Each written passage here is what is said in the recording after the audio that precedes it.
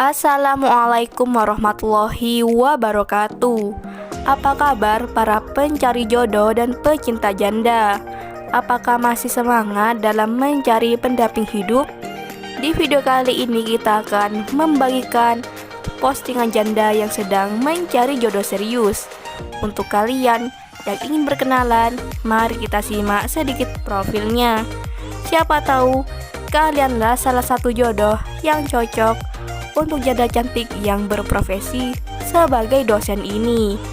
Namun sebelum melanjutkan video ini, alangkah baiknya untuk menekan tombol like dan menekan tombol subscribe. Saya doakan semoga Anda yang menekan tombol subscribe selalu diberikan kesehatan, kesejahteraan, dan dimudahkan segala urusannya. Amin amin, Allahumma amin. Dan sudah kita sertakan juga untuk nomor HP atau alamat Facebook yang terhubung langsung dengan janda idaman Anda. Perkenalkan, panggilan akrabnya Mbak Aini. Mbak Aini berumur 28 tahun dan statusnya janda belum mempunyai anak. Mbak Aini adalah sosok wanita yang cantik dan mandiri. Beliau bekerja sebagai dosen selama 5 tahun. Di channel ini Mbak Aini sedang mencari pendamping hidup. Untuk kriteria suami yang didamkan oleh Mbak Aini tidaklah muluk-muluk.